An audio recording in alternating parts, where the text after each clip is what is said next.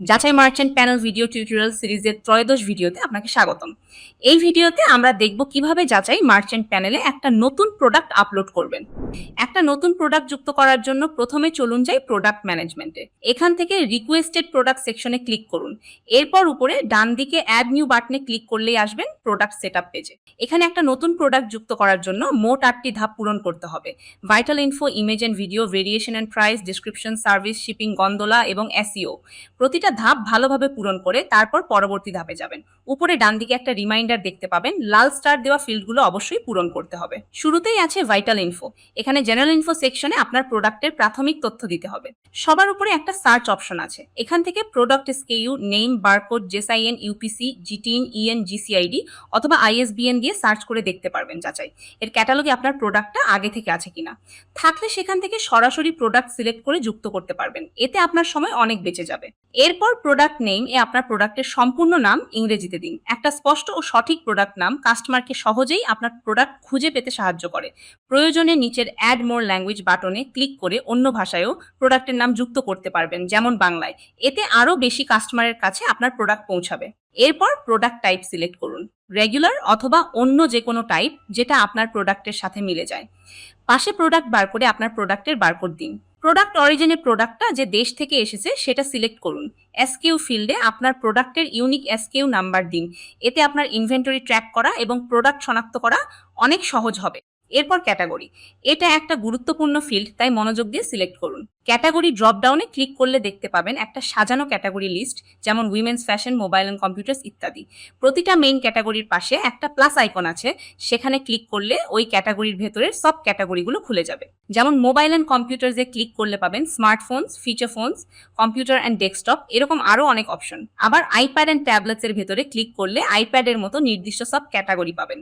এভাবে ধাপে ধাপে ড্রপ ডাউন এক্সপ্যান্ড করে আপনার প্রোডাক্টের জন্য সবচেয়ে উপযুক্ত এবং নির্দিষ্ট সব ক্যাটাগরিটা বেছে নিন।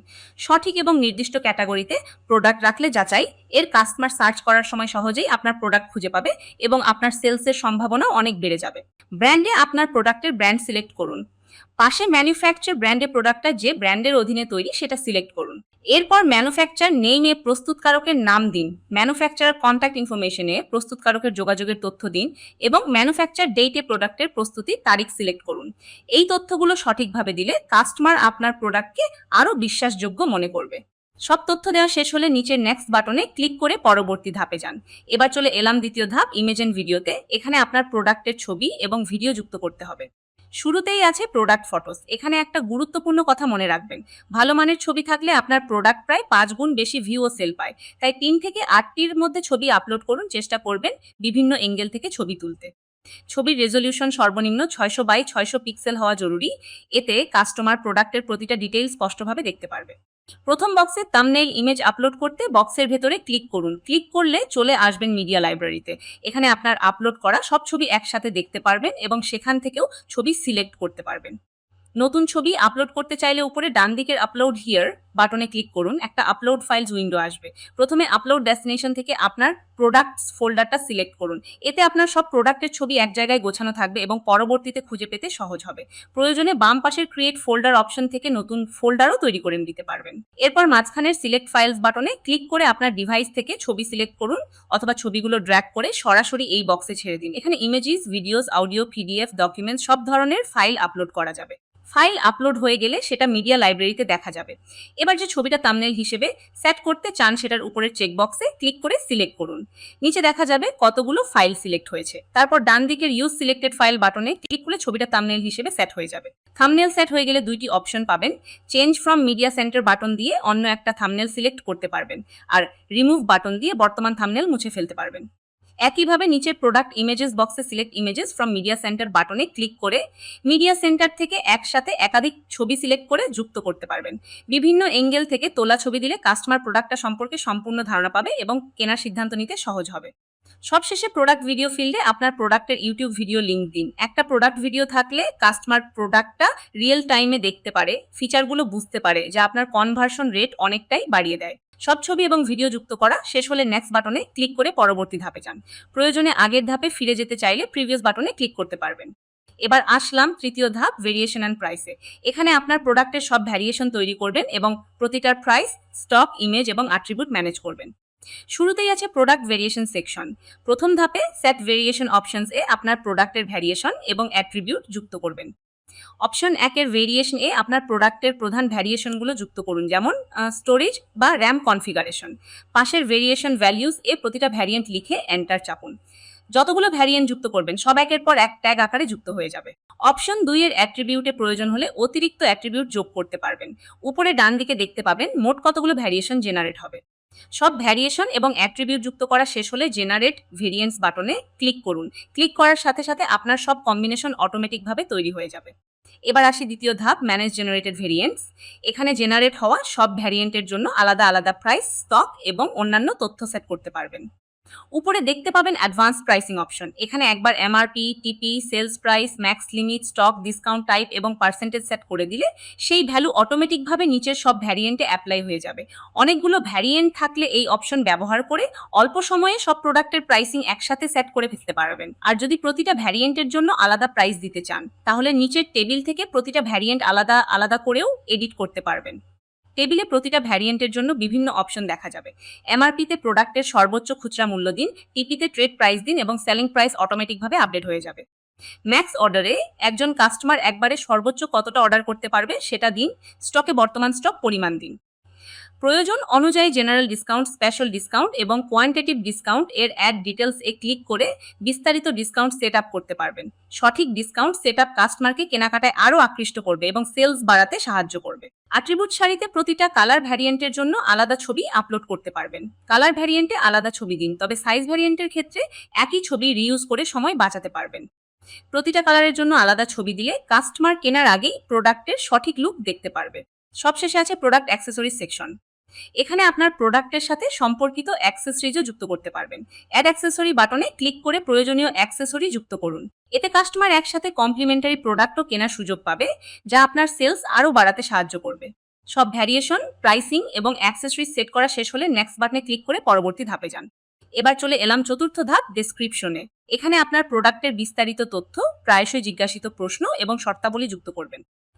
শুরুতেই আছে প্রোডাক্ট টেমপ্লেট। এই ড্রপডাউন থেকে আপনার প্রোডাক্টের জন্য উপযুক্ত একটা টেমপ্লেট সিলেক্ট করতে পারবেন। টেমপ্লেট ব্যবহার করলে ডেসক্রিপশন লেখার কাঠামো আগে থেকেই তৈরি থাকবে, ফলে সময় অনেক বেঁচে যাবে এবং আপনার প্রোডাক্ট ডেসক্রিপশন আরও পেশাদার দেখাবে। প্রয়োজন না হলে নন রেখে দিতে পারেন। এরপর প্রোডাক্ট ডিটেইলস সেকশনে আপনার প্রোডাক্টের সম্পূর্ণ বিবরণ লিখুন। এখানে একটা ফুল রিচ টেক্সট এডিটর পাবেন। এটা ব্যবহার করে ডেসক্রিপশনটা সুন্দরভাবে সাজিয়ে লিখুন।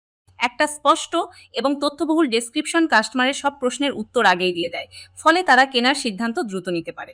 এরপর এফএকিউ সেকশনে আপনার প্রোডাক্ট সম্পর্কে সাধারণত কাস্টমাররা যেসব প্রশ্ন করে সেগুলোর প্রশ্ন আর উত্তর যুক্ত করুন, যেমন ওয়ারেন্টি কতদিন, কি কালার আছে, ব্যবহারের সীমাবদ্ধতা কি ইত্যাদি। এফএকিউ থাকলে কাস্টমারের বেসিক প্রশ্নগুলো আগেই সমাধান হয়ে যায়, তাদের কনফিউশন কমে এবং কনভার্সন রেট বাড়ে। সবশেষে টার্মস অ্যান্ড কন্ডিশন সেকশনে আপনার প্রোডাক্টের রিটার্ন পলিসি, ওয়ারেন্টি শর্ত, শিপিং নিয়ম বা অন্যান্য গুরুত্বপূর্ণ শর্তাবলী পরিষ্কারভাবে লিখুন।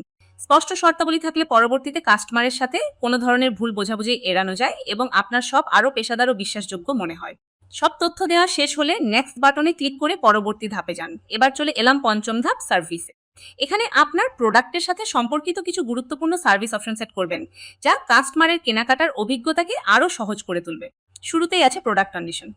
এখানে আপনার প্রোডাক্টের বর্তমান অবস্থা সিলেক্ট করুন, নিউ প্রোডাক্ট, ইউজ প্রোডাক্ট অথবা আদার্স। এটা সঠিকভাবে দেওয়া জরুরি, কারণ এর মাধ্যমে কাস্টমার আগে থেকেই জানতে পারবে সে ঠিক কি কিনছে, ফলে তার প্রতি আপনার শপের বিশ্বাসযোগ্যতা আরও বাড়বে। এরপর আলাউ ওয়ারেন্টি অপশন। যদি আপনার প্রোডাক্টে ওয়ারেন্টি সুবিধা থাকে তাহলে এই টগলটা অন করে দিন।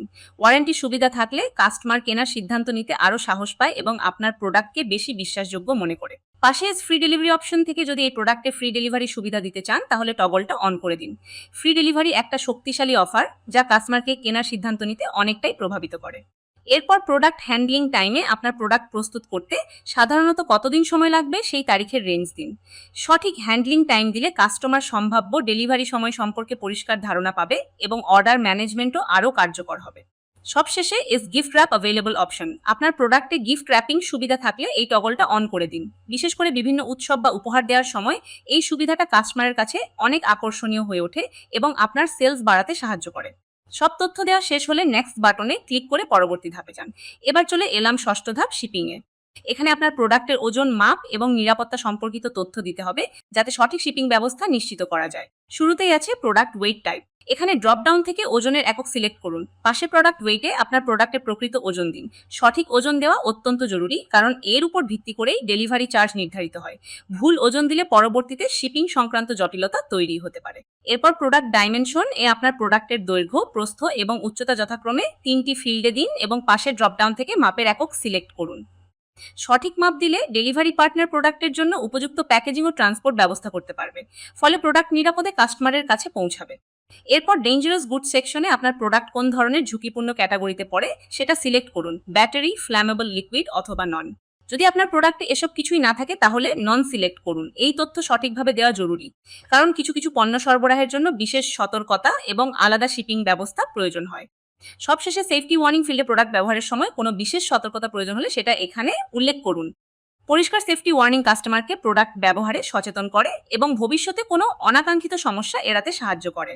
সব তথ্য দেওয়া শেষ হলে নেক্সট বাটনে ক্লিক করে পরবর্তী ধাপে যান। এবার চলে এলাম সপ্তম ধাপ, গন্ডোলা। এই সেকশনে আপনার প্রোডাক্টটা আপনার শপ বা ওয়্যার হাউসে ঠিক যে জায়গায় রাখা আছে সেই লোকেশনের তথ্য দিবেন। শেলফ নাম্বারে আপনার প্রোডাক্ট যে শেলফে রাখা আছে সেই শেলফের নাম্বার দিন। পাশে রো নাম্বারে ওই শেলফের কোন সারিতে প্রোডাক্টটা রাখা আছে সেই সারির নাম্বার দিন। এই তথ্যগুলো ঠিকভাবে দেওয়া থাকলে অর্ডার আসার সাথে সাথে আপনি বা আপনার টিম দ্রুত প্রোডাক্টটা খুঁজে বের করতে পারবেন। বিশেষ করে যাদের অনেক প্রোডাক্ট বা বড় ইনভেন্টরি আছে, তাদের জন্য এই ফিচারটা প্রোডাক্ট ম্যানেজমেন্ট এবং অর্ডার প্রসেসিং অনেক দ্রুত ও নির্ভুল করে তোলে। তথ্য দেওয়া শেষ হলে নেক্সট বাটনে ক্লিক করে শেষ ধাপে যান। এবার চলে এলাম শেষ ধাপ, এসইওতে। এই সেকশনটা অত্যন্ত গুরুত্বপূর্ণ, কারণ এখানে দেওয়া তথ্যের উপরই নির্ভর করে আপনার প্রোডাক্ট গুগল এবং যাচাইয়ের সার্চ রেজাল্টে কতটা উপরে দেখাবে এবং কাস্টমারদের কাছে কতটা সহজে পৌঁছাবে।